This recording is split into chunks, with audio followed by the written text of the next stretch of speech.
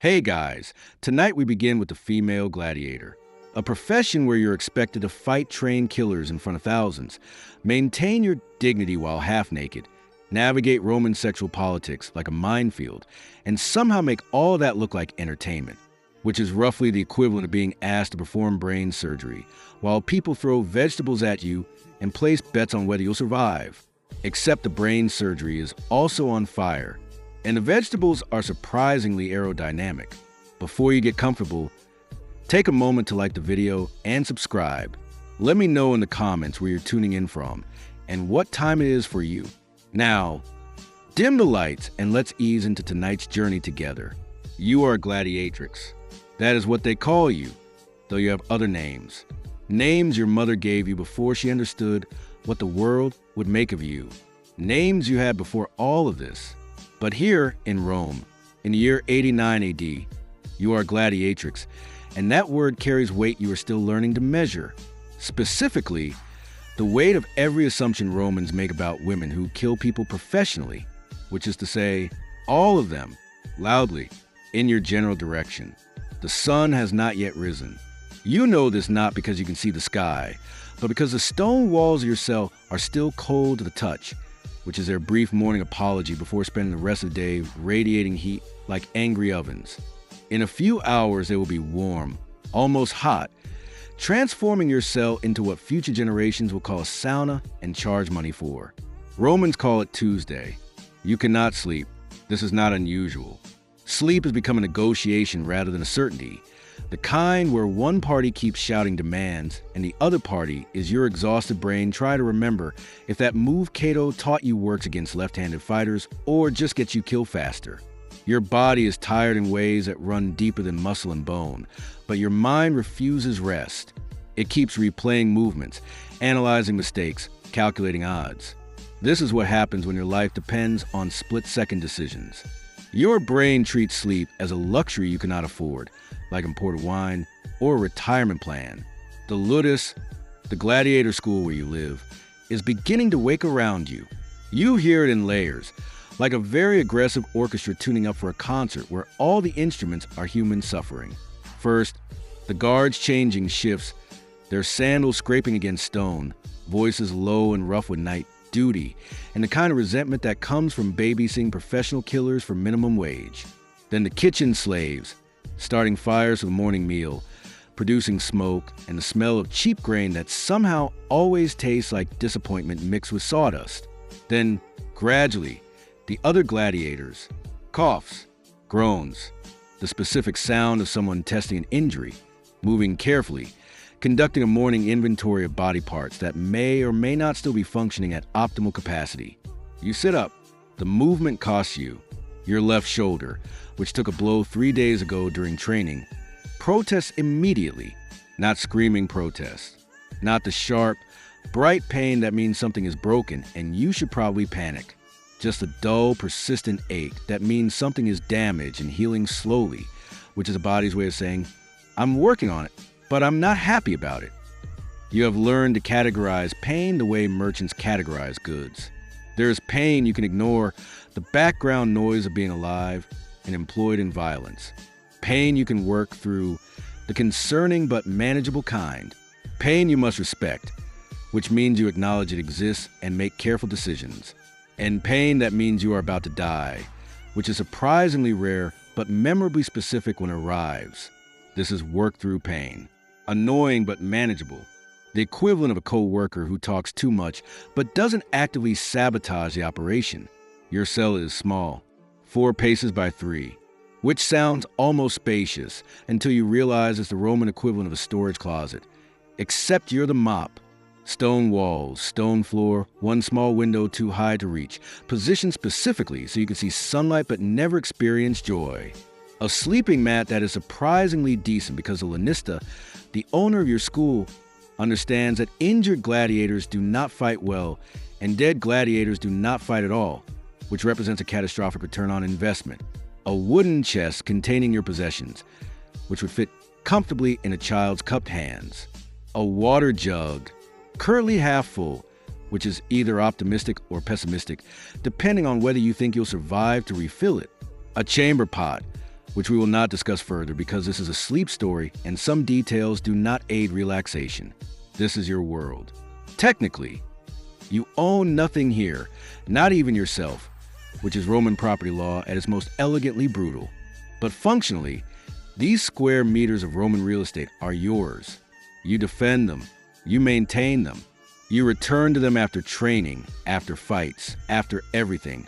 And they represent something that would be pathetic if it were not also crucial. Territory. The same instinct that makes dogs pee on trees, except you express it through aggressive tidiness and occasionally glaring at people who stand too close to your doorway. Someone is moving in the corridor outside. Footsteps, deliberate and heavy. You recognize a gate before you recognize the person, which is a skill gladiators develop because not recognizing approaching footsteps is how you get surprised, and surprise is how you get dead. Cato, one of the trainers, former gladiator himself, retired after taking a spear to the thigh that healed wrong, leaving him with a limp that becomes more pronounced in cold weather and makes him exceptionally grumpy during winter, which is when training becomes extra punishing, because misery loves company. He walks with a hitch that tells the story of his career better than any scroll. He is checking cells, making sure everyone is awake, counting bodies the way a merchant counts inventory, which, if you are being honest with yourself, is precisely what you are. Valuable inventory that eats, complains, and occasionally breaks in expensive ways, but inventory nonetheless. The door to your cell is not locked. This surprises some people when they learn it, usually accompanied by that little head tilt. That means they're recalculating their understanding of Roman oppression. They imagine gladiators chained, imprisoned desperate, rattling bars and planning elaborate escapes. The reality is more complicated and significantly more depressing. Yes, you could walk out of the cell right now. You could walk down the corridor, through the training yard, theoretically all the way to the street. And then what?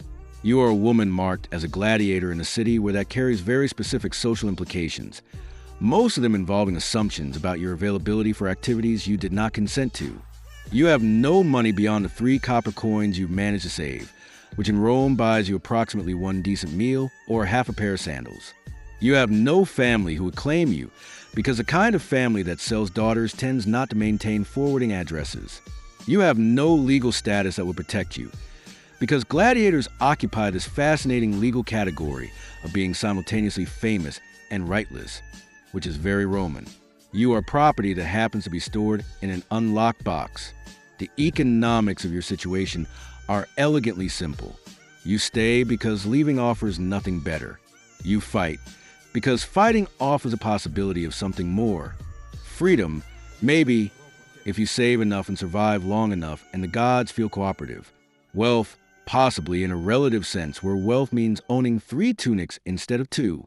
Fame, certainly, though fame for gladiators is a kind where people recognize you and immediately either want to sleep with you or kill you, sometimes both, often in that order. Or death, which is at least definitive.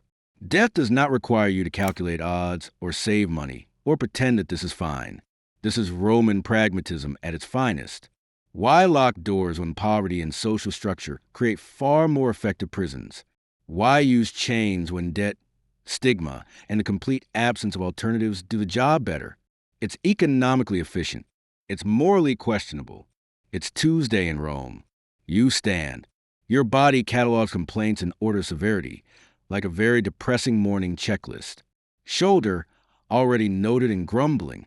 Right knee, which has never been quite right since that catastrophically stupid kick attempt 8 months ago, the one where you tried something flashy and learned that physics does not care about your ambitions. Lower back, which is what happens when you get slammed into arena sand at speed, repeatedly, by people who are professionally incentivized to slam you harder. Hands, which are perpetually scraped and swollen, looking like you've been fighting angry bees for a living. Feet, which are basically just pain delivery systems at this point, faithfully translating every step into complaints. You are 24 years old. You feel approximately 1,000. If ancient Rome had insurance companies, they would take one look at your body and immediately deny all claims on principle. The ludus houses about 60 gladiators, which is 60 people who have either made catastrophically poor life choices or had those choices made from by fathers with gambling debts and flexible moral boundaries. Of these 60, 8 are women. This ratio is important. Female gladiators are rare enough to be exotic, common enough to be affordable. You are a novelty act that has become just familiar enough to be programmed regularly, like a circus animal that has learned to perform on command and occasionally doesn't bite the trainer. The crowds like watching you fight. Not because you are better than the men, though some of you absolutely are, and the men hate admitting this with a passion that borders on religious fervor. Not because you are more brutal, though you can be when necessary, and brutality does not require a specific chromosome, but because there is something about watching women try to kill each other that satisfies some peculiar Roman psychological need, possibly related to the fact that Roman men spent a lot of time pretending women are delicate flowers while simultaneously running an empire built on conquest, slavery, and aggressive military expansion. You have stopped trying to understand it. You just exploit it. The same way you exploit every advantage available, because you are fighting for your life, and philosophical consistency is a luxury you cannot afford. The other women in your school are your competitors, colleagues, and the closest thing you have to sisters, which is a kind of complicated relationship that only makes sense when all parties are simultaneously trying to survive and potentially steal each other's fight slots. You do not trust them completely. They do not trust you completely. This is reasonable. You are all fighting for limited spots on fight cards, for trainer attention, for the rewards that come with victory. But you also understand each other in ways no one else can. You share knowledge, warn each other about which guards to avoid, cover for each other when injuries need hiding from management. It is complicated. Like most things that involve survival, like most things in Rome, actually, complicated is the city motto, except it's in Latin and sounds more impressive. You dress in layers, each one a small negotiation between modesty, mobility, and the fact that you'll be fighting in public wearing approximately 3 strategic pieces of leather. First, the breastband, which compresses and protects. This is not modesty. This is practicality of the highest order. Breasts are vulnerable, mobile, and distracting in combat, the kind of biological features that evolution clearly designed without consulting gladiators about optimal fighting configurations. You bind them flat, apologizing silently to your body for this indignity. Then the subligaculum, the loincloth that provides minimal coverage and maximum mobility. Roman audiences like to pretend they come to gladiatorial games with sport. They do not come for sport. They come for violence and spectacle, and the kind of viewing experience where bodies are simultaneously objectified and destroyed, which is peak Roman entertainment philosophy. Then, depending on the day's schedule, armor. But that comes later, after you've established whether today is a training day or a potentially dying day. For now, the basics are enough. Your hair is short. You cut it yourself 3 months ago after an opponent grabbed it during a fight and nearly snapped your neck in a move that was technically legal but spiritually offensive. Long hair is a liability. It is also beautiful, or was, and cutting it felt like cutting away some piece of your former self, the version of you who thought appearance mattered more than survival. You are still not entirely comfortable with how you look now. You pass reflective surfaces and experience a small moment of confusion, like seeing a stranger who has stolen your face and made unfortunate decisions with it. But you are alive, which suggests you made the correct choice. And in this profession, correct choices are measured in continued heartbeat, not aesthetic satisfaction. The water jug is cold when you lift it. You drink long and deep. Water is provided freely here, which is unusual in Rome, where water rights are complicated, political, and occasionally violent. But dehydrated gladiators die faster, and dead gladiators generate no revenue. The Lanista understands incentives with the clarity of someone whose income depends on keeping human beings alive long enough to perform violence profitably. Outside your cell, the ludus is fully awake now. You hear Cato's voice, raise in irritation, telling someone to move faster in the tone of a man who has exceeded his patient's quota before breakfast. You hear the scrape and clang of practice weapons being distributed. Wooden swords and shields that weigh the same as real ones but kill people slightly less often. You hear men joking, which is what men do when they are nervous, turning fear into performance. You hear one of the other women, Diana probably, singing something soft and sad, her voice carrying the kind of melancholy that settles over people who have survived too much and no more is coming. You hear the world organizing itself around the business of teaching people to kill efficiently, which is essentially what happens here every single day. The ludus is a factory. The product is violence. You are both worker and raw material. You step into the corridor. The morning has begun. Somewhere in Rome, someone is making a decision that will determine whether you live or die in the next few days. They do not know you. They do not care about you. They are simply organizing entertainment, moving pieces on a board, creating spectacle for crowds who will cheer or jeer depending on whether you bleed entertainingly. This is your life. This is what you have become. This is what Rome has made you. And today, like every day, you will wake up and choose to be excellent at it. Because the alternative is unacceptable. Because giving up means disappearing. Because somewhere, buried under scar tissue and exhaustion, is a stubborn belief that you deserve more than this. The corridor leads to the training yard. You walk it slowly, letting your body warm gradually, conducting the morning ritual of transforming from injured human to functional weapon.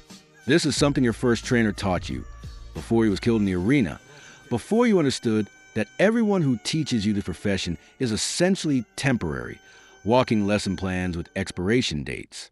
Never rush in the morning. Let the blood flow. Let the muscles remember their purpose. Let the body transition from sleep to readiness. Rushing invites injury, and injury invites death, and death is extremely bad for your career prospects. You pass other cells. Marcus, who fights as a Retiarius with net and trident, is sitting in his doorway sharpening something, which is either productive preparation or nervous habit, possibly both. He nods to you. You nod back. You have trained together. You have bled together in a controlled way that means neither of you died. You do not like him particularly. But you respect his competence, and competence is the closest thing to friendship available here. That, and the mutual understanding that you might one day be ordered to kill each other for entertainment, which creates a certain emotional distance that is probably healthy. You pass the cell where the new girl sleeps. Lucia arrived 2 weeks ago, maybe 16 years old, skinny and terrified, looking like a strong wind could break her in half. She was sold to the ludus by a father drowning in debt, which is the ancient Roman equivalent of declaring bankruptcy, except instead of filling out paperwork, you sell your children. Roman family values at their finest. You have not spoken to her yet. You are not sure you will. New gladiators either adapt or die, usually within the first few fights, and getting attached to people who might die is emotionally expensive. You have a limited budget for caring, and you're already spending most of it on yourself and occasionally Diana. Still, you remember being new, being terrified, being unsure whether you were strong enough to endure this. You remember the specific flavor of that fear. It tastes like iron and desperation with notes of existential dread. Not recommended. You pass the armory, already open, the smith inside working on something that sparks and hisses like an angry cat made of metal. You pass the medical room, where the wound dresser lives surrounded by bandages and mysterious liquids that smell like hope mixed with decay. You pass all of this, the infrastructure of institutional violence, and you feel nothing in particular about it. This is normal. This is mundane. This is Tuesday, which, honestly, is the most disturbing part. That you have reached a point where walking past rooms dedicated to patching up people who tried to kill each other feels like commuting to work. Future generations will call this trauma. You call it routine. The training yard is enormous by the standards of urban Rome, where space is expensive and usually occupied by either rich people's houses or monuments to rich people who are now dead. 30 meters across, sand floor, high walls designed to keep gladiators in and spectators at a safe distance from suddenly escaping violence. Rome's system converted potential into crime and crime into death. Arsino was younger, perhaps less politically sophisticated. Rome didn't care. She was royal. She represented alternative authority. She had to die. Age was irrelevant. The parade through Rome displayed her as defeated. Romans cheered.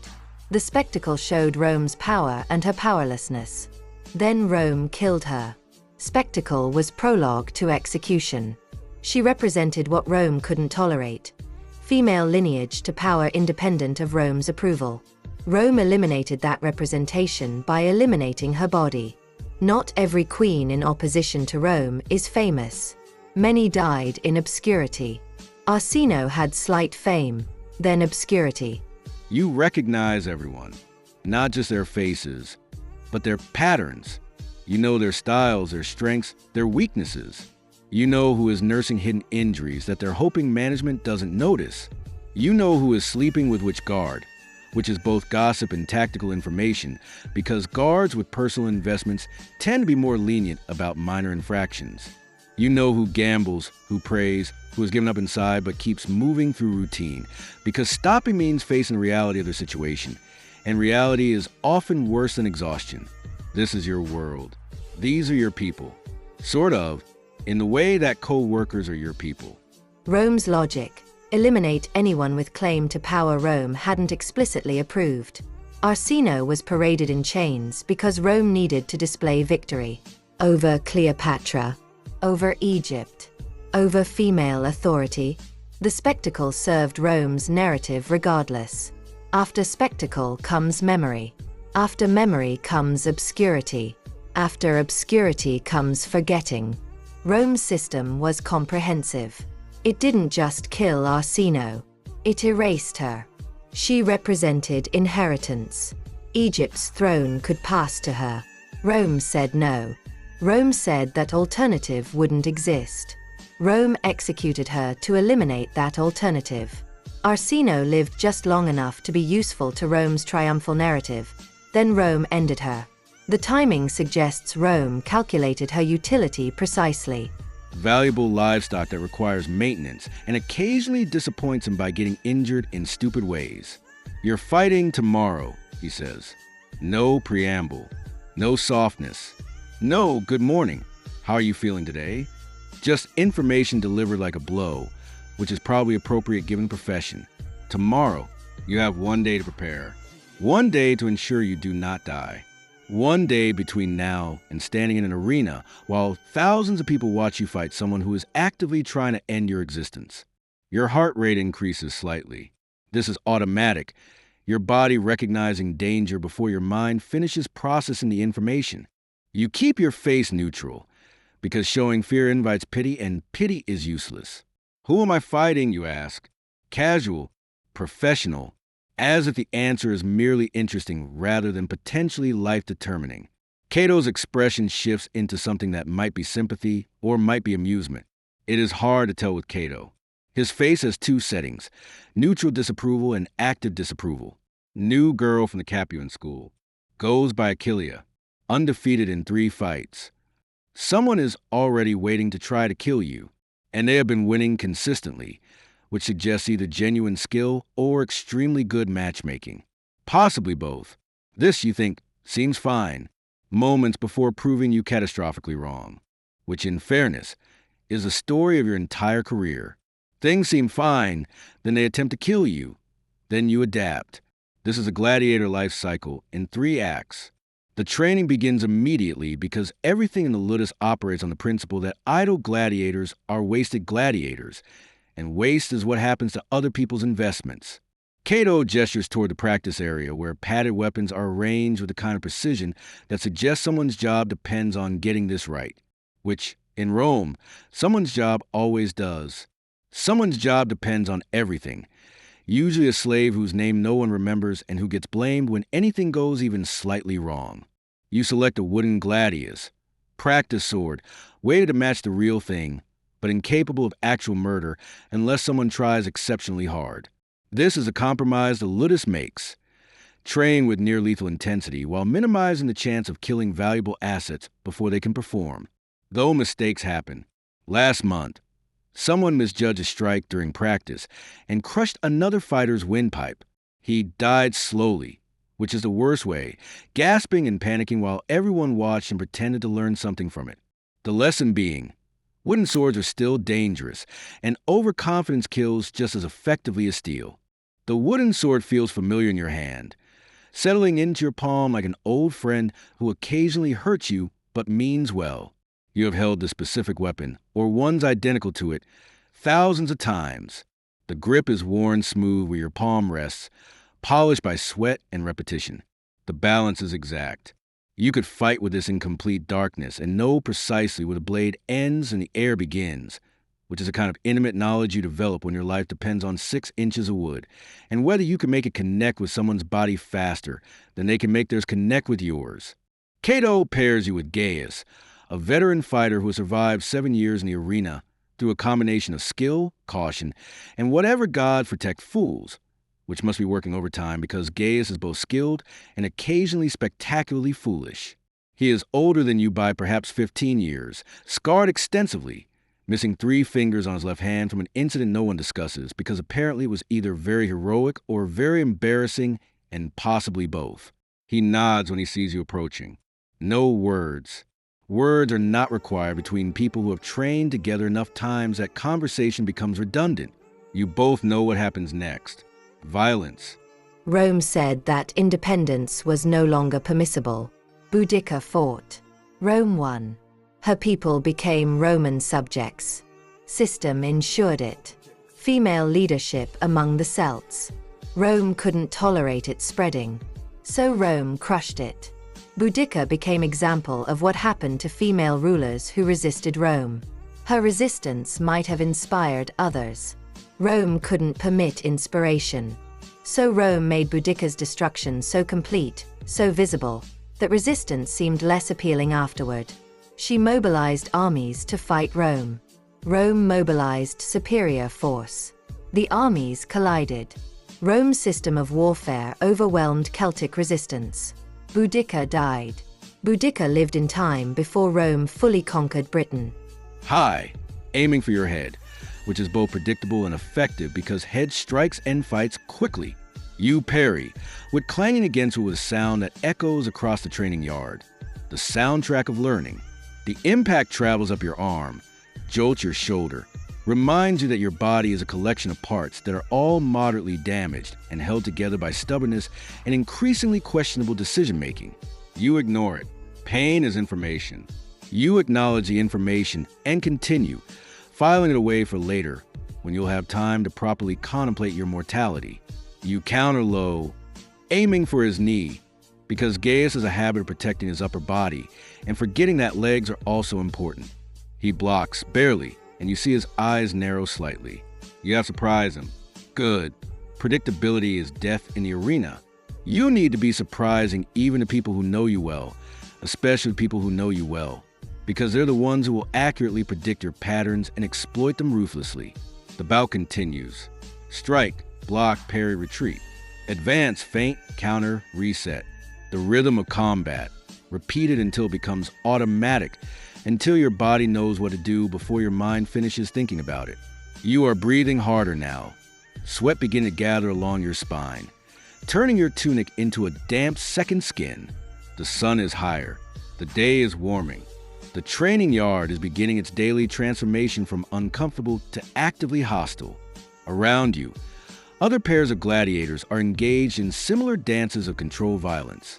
The air fills with the clack of wooden weapons, grunts of effort, occasional barked instructions from trainers who have lost patience with students who insist on making the same mistakes repeatedly. Someone falls. Someone curses. Someone laughs. This is the engine room of Roman entertainment. This is where spectacle is manufactured through repetition and pain and the slow grinding process of turning humans into weapons. Gaius hooks your practice sword with his and tries to wrench it from your grip. It is a dirty move, technically legal in the arena but frowned upon in training because it's the kind of thing that starts actual fights rather than practice fights. You twist, keep your grip, and slam your knee toward his midsection. He blocks with his forearm, which means you have just delivered a solid strike to his radius. His arm will bruise. He will be annoyed about this later. You will receive a lecture about excessive force during training. This is traditional. He steps back. You are both breathing hard. He grins at you, which is unsettling because Gaius rarely shows emotion beyond stoic acceptance of violence. Better, he says, which coming from him is practically poetry. Gaius once watched a man get disemboweled, and his only comment was messy. So better represents an outpouring of enthusiasm. Cato appears beside you without warning, which is his particular talent. Former gladiators develop an ability to move silently, A skill learned from years of needing to be aware of every angle of attack, and also from sneaking up on students who are practicing incorrectly and need to be scared into competence. He watches you for several seconds, face unreadable, conducting the kind of evaluation that feels like being judged by a statue. Again, he says, but this time, I want you practicing for a fighter who moves left. Achillea is left-handed. I saw her fight in Capua last month. This is valuable information delivered casually, dropped into conversation like it's not the difference between life and death. This is why Cato is worth the exorbitant fee the Lanista pays him. He scouts opponents. He remembers details. He gives you advantages measured in seconds, which is exactly how much time you have to react before someone's sword opens your throat. Left-handed fighters are nightmares. Everything is mirrored. All your instincts are wrong. You have trained your entire career against right-handed opponents, which is most people, and now you have to consciously reverse your training, which creates the tiniest hesitation. That hesitation is enough to get you killed. In a fight measured in heartbeats, half a second of confusion means you die surprised, which is the second worst way to die. The worst way is slowly, but surprise is definitely in the top 3. You have one day to rewire your reflexes, one day to undo years of pattern recognition, and teach your body a new dance where everything happens backwards. This is fine. This is absolutely fine. This is the kind of challenge that makes you question your life choices while simultaneously having no choice but to meet it. You square up against Gaius again. Left side, you tell him. He nods, switches his sword to his left hand. He is not naturally left-handed, so this will be imperfect simulation, but it is better than nothing. Better than walking into that arena tomorrow with no preparation and hoping that survival instinct carries you through. Spoiler, it won't. The bout resumes. Everything feels wrong. His strikes come from unexpected angles. Your blocks are late, arriving after your brain realizes what's happening, but before your body can fully execute. You take several hits that would have been serious wounds in a real fight. A strike to the ribs that makes you gasp. A hit to the shoulder that sends lightning down your arm. A near miss to your face that reminds you exactly how much you like having eyes. You are aware of your inadequacy in a way that sits heavy in your chest, like swallowing a stone. This is how you die, you think, unprepared and outmatched. Tomorrow you will walk into that arena, and Achillea will move left, and all your training will betray you, and you will die because someone decided to be left-handed, which seemed like an unfair reason to die, but death is rarely fair. Cato watches. He does not interrupt. This is educational suffering, and interrupting educational suffering defeats the purpose. The training continues for hours, the sun climbing higher, transforming the yard into something that resembles the surface of sun. If the sun were made of sand and regret. You are soaked with sweat, your tunic clinging to you like a desperate lover. Your shoulder is screaming. Your hands are shaking from gripping the practice sword. You have been hit approximately 30 times, which means you have 30 developing bruises to add to your collection, like painful stamps and a passport you never wanted. Cato finally calls a halt. You lower your weapon, gasping, lungs burning. Gaius looks similarly exhausted, which is at least somewhat satisfying. Misery loves company, and company that is also miserable makes you feel less alone in your suffering. Around you, other gladiators are also stopping, collapsing into the sand, calling for water with the desperation of people who have just remembered that hydration is important for not dying. A slave appears with a ladle and bucket. You drink greedily, water sloshing down your chin. The water is tepid and tastes vaguely of metal, like licking a coin, but it is wet and you are desperately thirsty. The slave moves on quickly. You notice he does not make eye contact with anyone. Smart. Invisible is safe. Eye contact invites interaction, and interaction with gladiators is unpredictable. You are all tired, violent, and emotionally unstable. The perfect combination for poor decision-making. Diana appears beside you. She is one of the other female gladiators, older than you by maybe 5 years, a veteran of 11 arena fights, which in gladiator terms makes her ancient. She has a scar that runs from her left eyebrow down to her jaw, dividing her face into asymmetrical sections, a permanent reminder of a fight that almost killed her and definitely left an impression. She is the most dangerous woman you have ever met. You like her enormously, possibly because danger is attractive when it's on your side. Heard you're fighting tomorrow, she says. It is not a question. Information travels fast in a ludus, carried on the wind of gossip and boredom. There is nothing gladiators love more than discussing other people's potential deaths, possibly because it provides temporary relief from contemplating their own.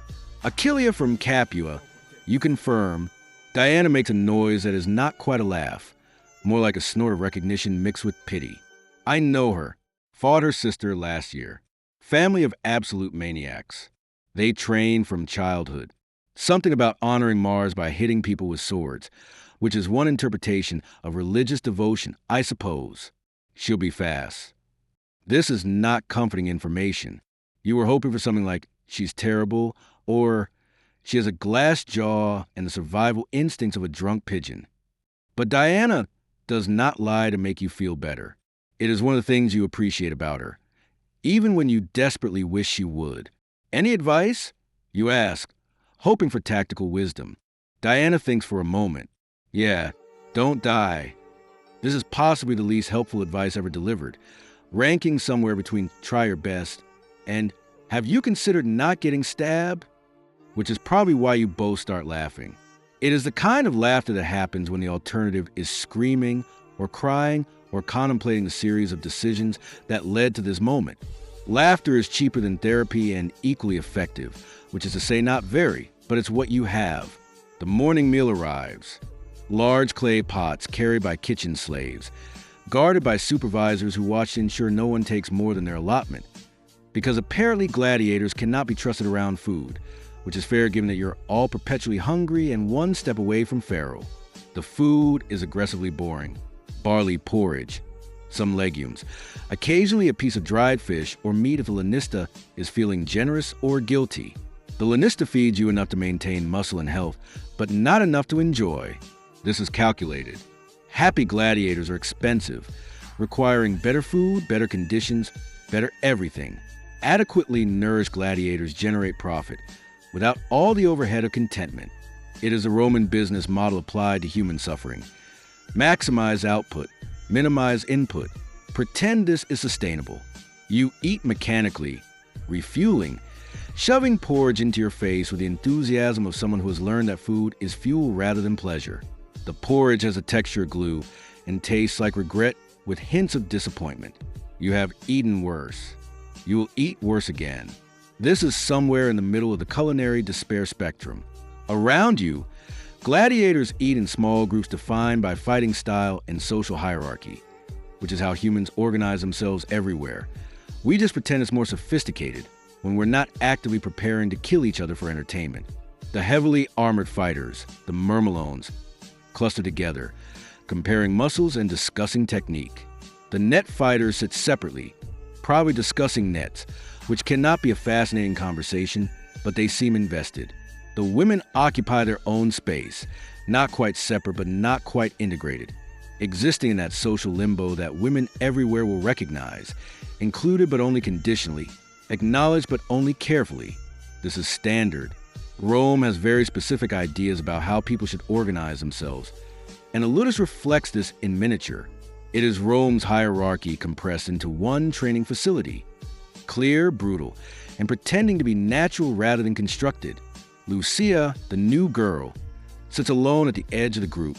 She is holding her bowl but not eating, just staring into it like the porridge contains answers to questions she is afraid to ask. She is too thin, bones visible under skin, which suggests either poverty before she arrived or an inability to eat under stress. Her hands shake slightly. She has the look of someone who has not yet decided whether she wants to survive this. And until you decide to survive, survival is significantly harder. You watch her for a moment. You remember being new, being terrified, being unsure whether you were strong enough to endure this. You remember the specific flavor of that fear.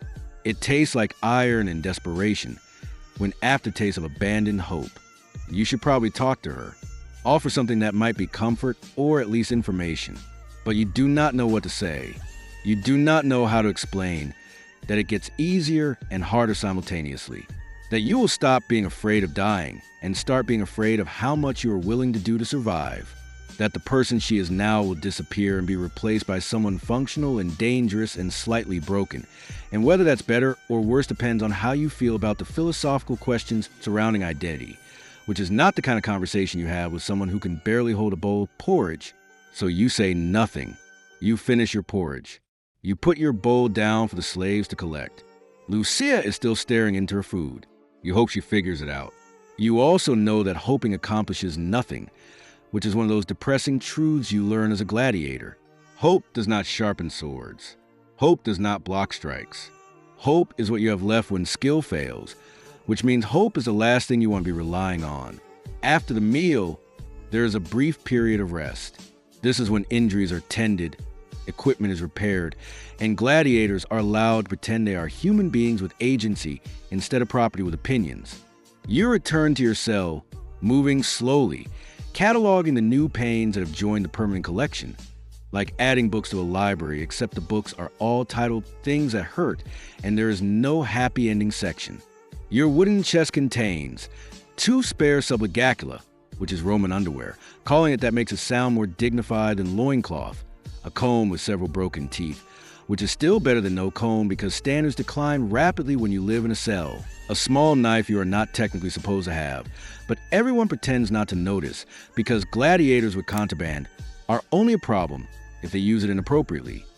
3 copper coins you have saved across multiple fights, which represents months of discipline, and is worth approximately 1 pair of decent sandals or 15 minutes with mid-range prostitute. Not that you're comparing. And a piece of cloth that once belonged to someone you cared about who is now dead. You return to your cell, moving slowly, cataloging the new pains that have joined the permanent collection, like adding books to a library, except the books are all titled Things That Hurt, and there is no happy ending section. You do not look at the cloth often. You are not sure why you keep it, except that losing everything is somehow worse than losing almost everything. And that piece of cloth is proof that you were once a person who had people worth missing. You sit on your mat. Your shoulder throbs, conducting a symphony of pain in 3 movements. Dull ache, sharp protest, and periodic stabbing sensations that make you reconsider your life choices. You should probably visit the wound dresser, get something that will reduce the swelling, receive professional medical attention from someone who learned medicine from scrolls written by people who thought humors were real and bloodletting was a good idea. But the wound dresser asks questions.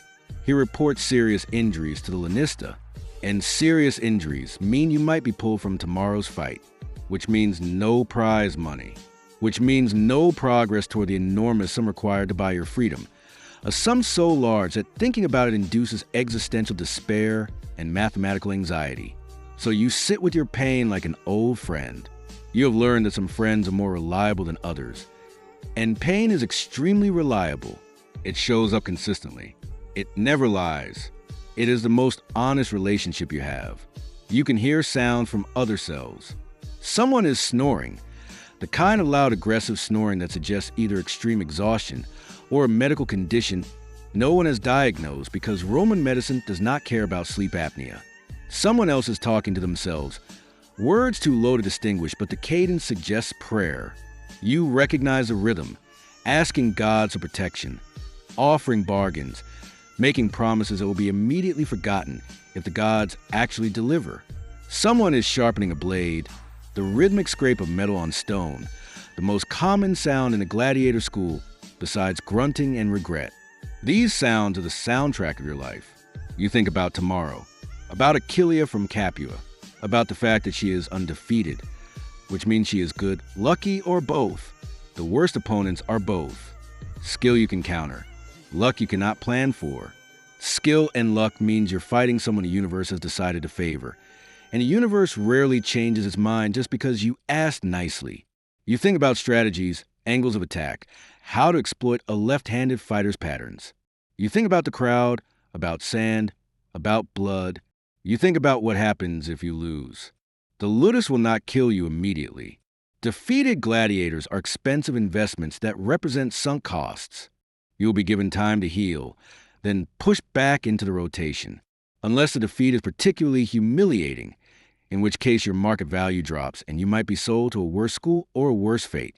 Or you might be injured in ways that end your career, which means a life of poverty and social stigma, existing on the edges of society, as that woman who used to be a gladiator, who is now useful for absolutely nothing, whose skills are specific to an industry that has discarded her. Or you might die in the arena, is at least quick. Death, it is definitive. No more pain, no more fear, no more waking up in cells and pretending this is fine. These thoughts are not productive. Let's get specific about medieval building thermodynamics, because this is crucial for understanding why medicine failed. Archaeological evidence shows that medieval peasant homes were often partially sunken into the ground. This provided some insulation, but created severe damp problems. Water would seep up from the ground. The interior walls would be constantly weeping moisture. The excavations at West Stowe show evidence of repeated straw replacement. The straw would become sodden and require replacement every few months. The central hearth, the fire in the middle of the space, was the heat source. But here's the thermodynamic problem. The fire consumed oxygen and created carbon monoxide. Your shadow moves on the wall, practicing murder. Outside, afternoon settles over Rome like a weight, pressing down on the city, the heat building, the day stretching out. The city is enormous, sprawling, chaotic, containing 1 million people living 1 million lives, and you are a tiny piece of it, preparing to fight for the entertainment of people who will never know your name, who will watch you bleed, and then go home and eat dinner and forget you existed. This is your life. This is what you have become. Tomorrow, you will walk into an arena and try not to die.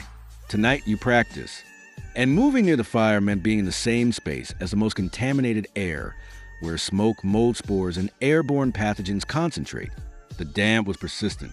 Even with fire burning, the humidity would remain high because the ground beneath the building was constantly seeping moisture. Medieval building techniques didn't include vapor barriers. Water would move freely from ground into the structure. This created an ideal environment for mold growth.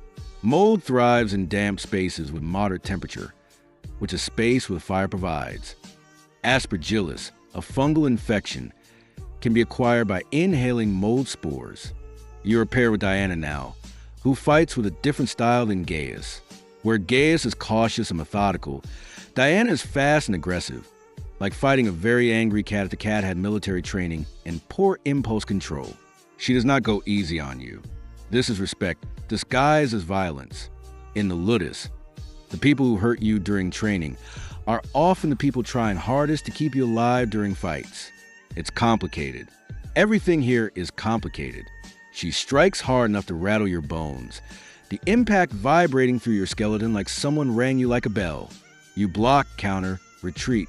She pursues, relentless, giving you no space to breathe or think or contemplate whether this is really the best use of your afternoon. You are learning the rhythm of a left-handed fighter through repetition and pain, which is how all important lessons are learned. Your body is collecting information, storing it in muscles and nerves, building reflexes that will activate tomorrow without conscious thought. Assuming you live long enough to use them, which is a significant assumption, Diana sweeps your leg. You go down hard, sand in your mouth, grit between your teeth, the taste of arena floor. She stands over you, practice sword pointed at your throat. Dead, she says simply, which is a kind of feedback that's technically accurate, but emotionally devastating. You spit sand. Noted. She offers her hand. You take it. She pulls you up with the ease of someone who has excellent upper body strength and no sympathy. You reset. You try again. This is how you learn.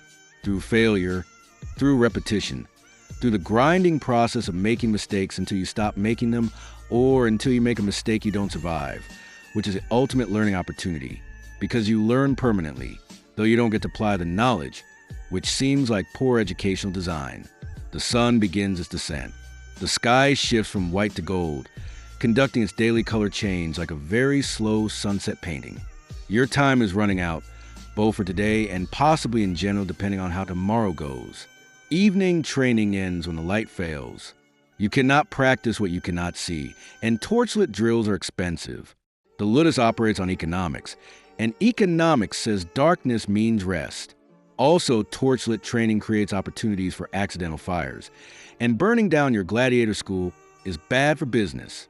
You file back to your cell with the others, moving slowly, bodies used and aching, looking like a group of people who have just spent the day trying to hit each other with swords, which is exactly what you are.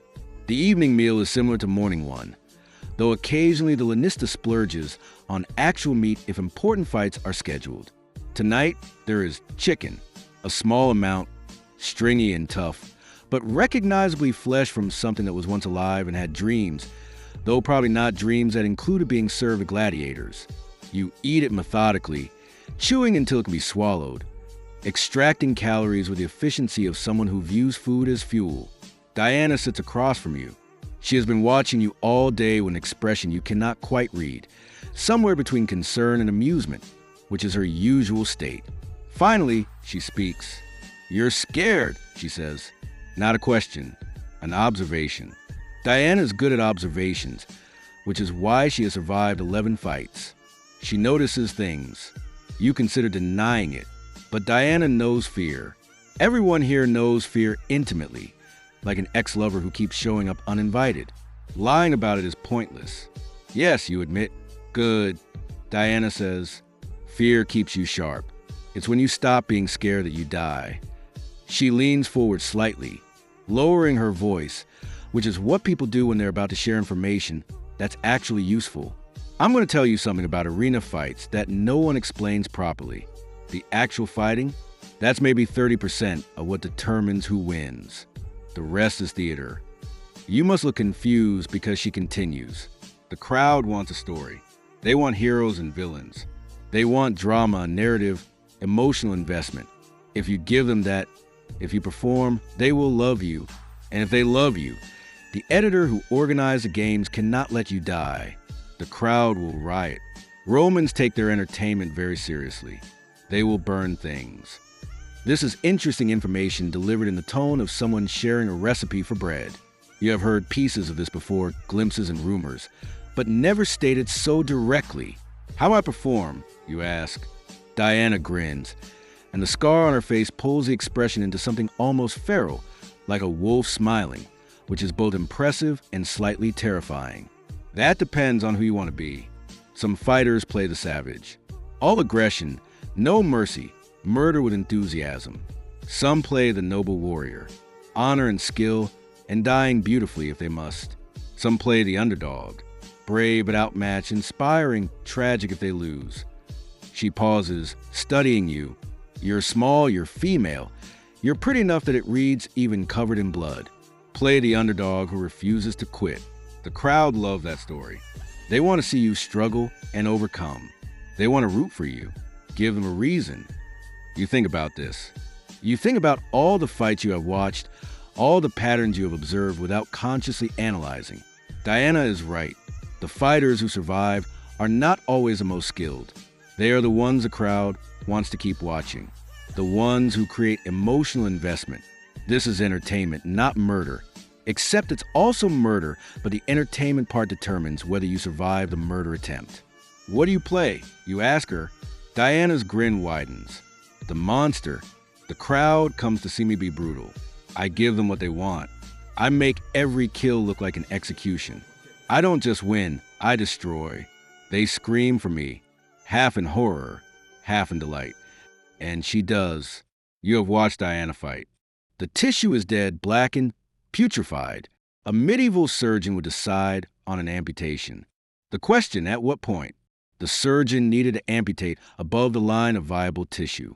But viable tissue is determined by blood flow. Without understanding vascular systems, the surgeon had to guess.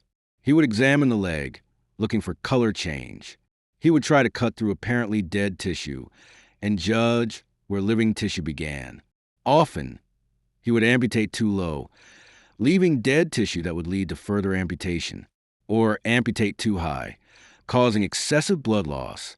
Once the amputation point was chosen, the actual procedure began. The surgeon had 3 methods. Method 1. The saw, a surgical saw, was used to cut through the bone. Some gladiators gamble with dice made from bone, probably animal bone, hopefully animal bone.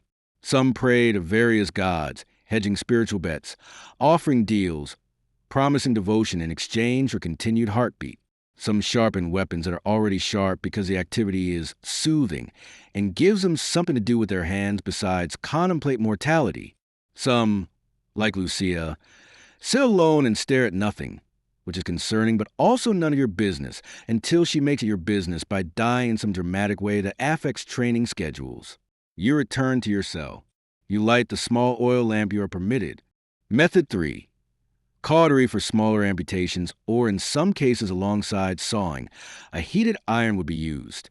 The iron would be applied to the amputation site. Tissue would burn. The burning would cauterize blood vessels, reducing bleeding, but would also destroy tissue through burn damage, creating necrotic tissue that would become infected. All three methods had one thing in common: extraordinary pain. The patient is conscious. Anesthesia is limited. Opium provides some pain relief, but not enough to eliminate the agony of surgical amputation. Mandrake root causes hallucinations and delirium. Alcohol makes the patient drunk and less resistant, but nothing eliminates the pain. The patient is screaming throughout the procedure. The assistants are holding him down. The surgeon is working as quickly as possible, but speed conflicts with care. If he cuts too fast, he damages more tissue. If he cuts too slowly, the pain is prolonged. There's no good option. Once the amputation was done, bleeding had to be controlled. The surgeon would apply tourniquets, pressure, and cauterization to close blood vessels. But he's working with incomplete knowledge of anatomy. He might miss a major blood vessel. The patient might bleed out. Then came the open wound. Remember, medieval theory said to keep it open. So the stump, the exposed bone, the traumatized muscle, the burned tissue was left open. It was treated with poultices, maybe theriac, maybe feces honey mixture. No closure. You will see her for the first time across the sand, and you will both understand that one of you might die in the next few minutes. This is what Romans call entertainment. This is what you call Tuesday. The gap between these perspectives is the entire problem with your life. The editor will signal. The fight will begin. And everything you are, everything you have learned, every hour of training and pain and preparation will be tested by a woman you have never met who has every reason to kill you efficiently. She doesn't hate you. She just needs to win. You are not personal enemies. You are professional obstacles. This is what you've been thinking about. This is what you cannot stop thinking about. This is the weight that makes sleep difficult. The stone sitting on your chest. The knowledge that tomorrow's outcome determines whether you have a future at all. You lie down on your mat. The stone floor beneath it radiates the day's absorbed heat back into the cooling air, giving back warmth it spent all day collecting. Your shoulder aches. Your knee aches. Everything aches in a symphony of discomfort that has become so normal you barely register it. This is your baseline now. Pain is just background noise. You close your eyes. You breathe slowly. You try to find something like rest. Somewhere above you, in the city of Rome, people are eating elaborate meals, attending theater, conducting business, making love, living lives that do not require them to fight for survival. They do not think about you. They do not know you exist. Except as a form of entertainment they might consume tomorrow, like watching a play except the deaths are real and the blood doesn't wash off. This is fine. You do not need them to care. You just need them to watch, to cheer, to create the social pressure that keeps you alive when you're bleeding in the sand. You are using them as much as they are using you. This is the bargain Rome offers. Perform, and you might earn your freedom. Fail, and you disappear. You have no intention of disappearing. Sleep, when it finally comes, is shallow and full of dreams about sand. Evening settles, and with it comes a conversation you've been both dreading and needing. Diana is still sitting across from you, and she's about to share information that gladiator schools don't teach because they can't. This is knowledge earned through survival. She leans forward slightly, lowering her voice to that particular register. That means this information could save your life, but I'll deny saying it if you repeat it publicly. I'm going to tell you something about arena fights that no one explains properly. Diana says, the actual fighting? That's maybe 30% of what determines who wins. The rest is theater. You must look confused because she continues. her scar pulling slightly as she speaks. The crowd wants a story. They want heroes and villains. They want drama, arc, emotional investment. If you give them that, if you perform, they will love you. And if they love you, the editor who organized the games cannot let you die. The crowd will riot. Romans take their entertainment very seriously. They will absolutely burn things. This is interesting information delivered in the tone of someone sharing a recipe for bread, as if the secret to surviving Mortal Kombat is just another cooking tip. You have heard pieces of this before, glimpses and rumors, but never stated so directly, never with this clarity. How do I perform, you ask, because this is the kind of tactical knowledge that's worth more than any sword technique. Sword technique gets you through the fight. Fear gets the crowd on your side. And the crowd decides whether you live when you lose. Diana grins, and the scar on her face pulls the expression into something almost feral, like a wolf smiling at a joke only predators understand. That depends on who you want to be. Some fighters play the savage. All aggression, no mercy, murder with enthusiasm and visible joy. The crowd loves that, the vicarious thrill of watching someone be what they cannot. Some play the noble warrior, honor and skill in dying beautifully if they must, which is the Roman ideal wrapped in blood. Some play the underdog, brave but outmatched, inspiring, tragic if they lose. She pauses, studying you with the assessment of someone who has made a career out of reading people quickly and accurately. You're small, you're female. You're pretty enough that it reads even covered in blood and sand. Play the underdog who refuses to quit. The crowd love that story. They want to see you struggle and overcome. They want to root for you. Give them a reason. You think about this. You think about all the fights you have watched, all the patterns you have observed without consciously analyzing them. Diana is right. The fighters who survive are not always the most skilled. They are the ones the crowd wants to keep watching. The ones who create emotional investment, who make spectators feel like they're part of something rather than just watching something. This is entertainment, not murder. Except it's also murder, but the entertainment part determines whether you survive the murder attempt. This is Rome distilled into one principle. Performance matters more than reality, but the consequences are entirely real. What do you play? You ask her, because Diana's a veteran and veterans survive by understanding these rules. Diana's grin widens. The monster, the crowd comes to see me be brutal. I give them what they want. I don't just win, I destroy. I make every kill look like an execution, like I'm doing Rome a favor by removing someone from existence. They scream for me, half in horror, half in delight. People love to be frightened in controlled environments, love to watch violence from safe distances. I provide that service. And she does. You have watched Diana fight. She is efficient, ruthless, and makes every kill look inevitable, like death itself scheduled an appointment and showed up on time. The crowd screams for her with that particular pitch of sound that is fear and excitement combined. She has understood something essential about human nature and weaponized it. This is possibly the most useful conversation you have ever had, more valuable than any training session, any weapon drill, any strategy discussion. This is the meta-knowledge that separates adequate gladiators from survivors. The evening stretches out. Some gladiators gamble with dice made from bone, probably animal bone, hopefully animal bone, conducting the ancient precursor to sports betting, except the sport is their own potential death. Some pray to various gods, hedging spiritual bets, offering deals, promising devotion in exchange for continued heartbeat. Mars gets a lot of attention. Fortuna gets more. Everyone hedges their bets. Some sharpen weapons that are already sharp because the activity is soothing and gives them something to do with their hands besides contemplate mortality. The rhythmic scrape of metal on stone is meditation for people whose job is violence. Some, like Lucia, sit alone and stare at nothing, which is concerning but also none of your business until it becomes everyone's problem by affecting training schedules or morale. You return to your cell. You light the small oil lamp you are permitted, one of the few luxuries the Ludus provides.